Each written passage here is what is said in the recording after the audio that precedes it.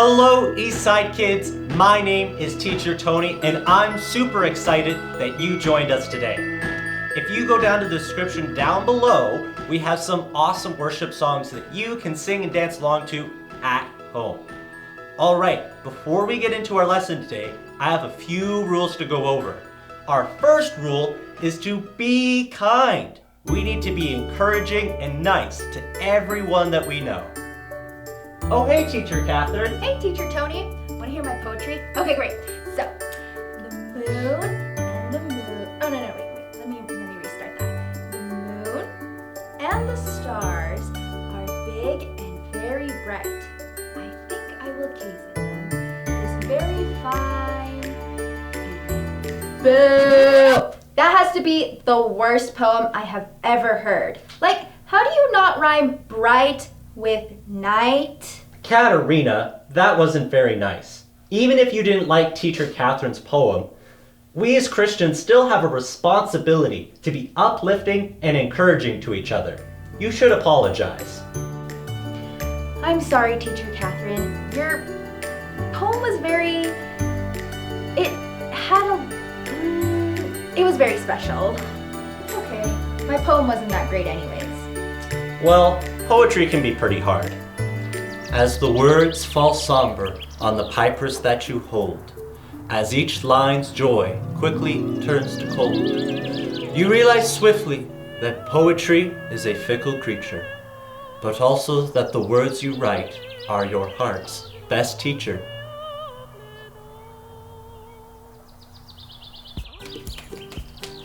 That was the best poem I have ever heard. I need to go home and ponder these thoughts now. Thank you, Katerina. Goodbye. Can we move on to our next rule? All right. Okay, so the next rule is that the floor is lava! Oh my goodness! If your feet touch the floor, you'll be burned up instantly. How long is the floor going to be lava for? Forever! But I have a doctor's appointment. Then I guess you're gonna lose. Whoa!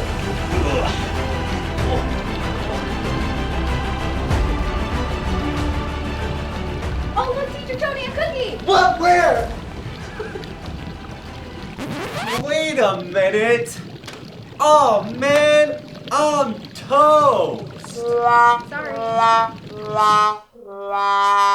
Well, anyways, moving on. These last couple of weeks, we've been learning about all of God's promises. In Joshua 21:45, it says, "Not one of all the Lord's good promises to Israel failed. Every one was fulfilled." Isn't it awesome that we serve a God who fulfills his promises? Hello? Hi!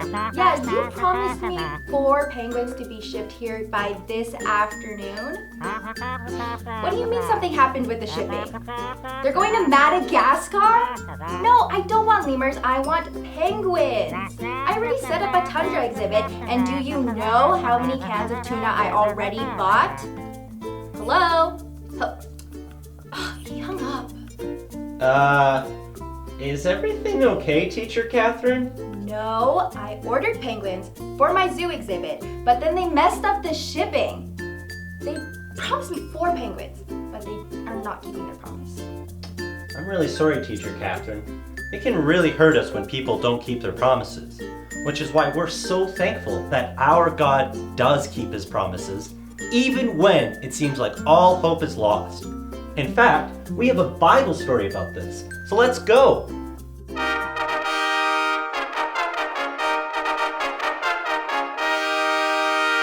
So a long time ago, Jacob, the grandson of Abraham, had 12 sons.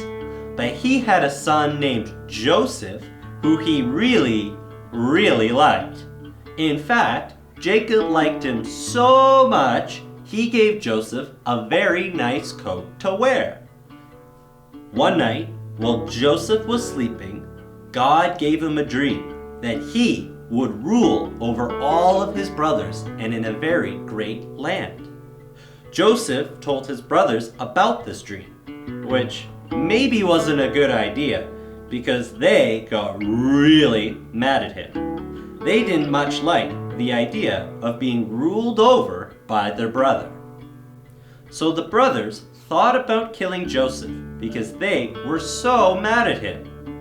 So they decided to throw Joseph in an empty well and leave him there.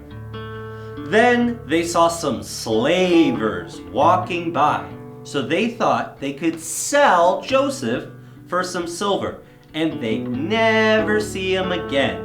So they took him out of the empty well and sold him, and Joseph was taken to Egypt. Maybe your brothers and sisters can be annoying, but be thankful that they've never sold you into slavery before. Anyway, it seemed like God's promise to Joseph was never going to happen. How could he become a great ruler if he was a slave? Well, the story continues. Joseph worked as a slave for a man named Potiphar, and he worked really hard and was put in charge of Potiphar's household. But then Potiphar's wife really didn't like Joseph all that much, and she wanted to get him in trouble.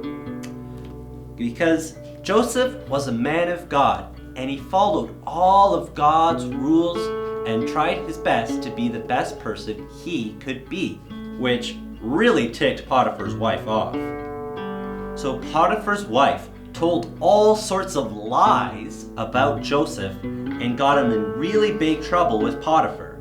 Potiphar got really mad and threw Joseph in jail. Again, it seemed like all hope was lost and Joseph would never become a great ruler. But Joseph worked really hard again, and he sought out God in everything that he did. So he became in charge of the prison.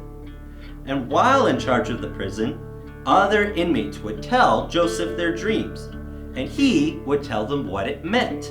He was able to do this through God's power. One day, one of the prison guards told Joseph that Pharaoh, the ruler of the land, had a very strange dream that no one understood. So they asked Joseph what the dream meant, and he told Pharaoh. Pharaoh was so impressed by Joseph that he made Joseph his second in command, which meant that other than Pharaoh, Joseph was the greatest ruler in the most powerful country in the whole world. God had kept his promise to Joseph, even when it seemed like Joseph was out of hope. Ow! This is not working. Teacher Catherine, what's wrong? Well, I was reading my Bible, and then there's this verse, Jeremiah 29:11, and it says, "For I know the plans I have for you, declares the Lord, plans to prosper you and not to harm you, plans to give you a hope and a future." And I was really excited because God promised me an amazing future, but I've been trying to figure out all day what that means. Like, would I become an award-winning poet? Would I become the world's greatest athlete or have the best zoo in the world? Well, have you tried singing? You're a really good singer. But nobody has ever become famous from singing. Well, never mind. It doesn't matter. Did you end up reading the verses after verse 11? No, I kind of got distracted from the idea of being really famous.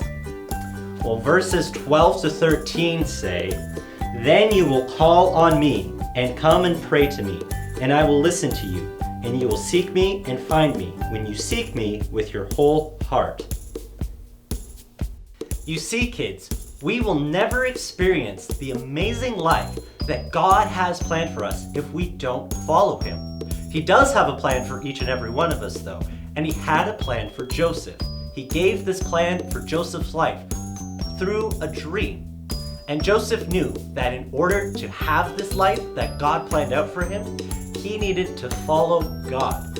It was following God that Joseph was able to interpret dreams, and that's what got him his position with Pharaoh, and how God fulfilled his promise in Joseph's life. Teacher Catherine, if you want to experience the amazing life that God has for you, you need to trust Him and follow Him, and He will give you everything He's promised. Yeah, you're right, Teacher Tony. I really needed to hear that. Do you think that singers can become famous? Well, I have a hunch there's at least a few famous singers out there. But being famous isn't the point of God's promises. See, God wants to use our lives to help others. And sometimes the best way to be a blessing to the people around us, well, it's not a very glamorous life. But we need to trust God that the life that He has for us is the best way to live out our lives. That's very true. I guess I'll just leave being famous to the real poets. That's very mature of you, Teacher Catherine. Well, kids, that's all we have for today. Make sure you like and subscribe and check out our next video coming out next week. Have a wonderful day.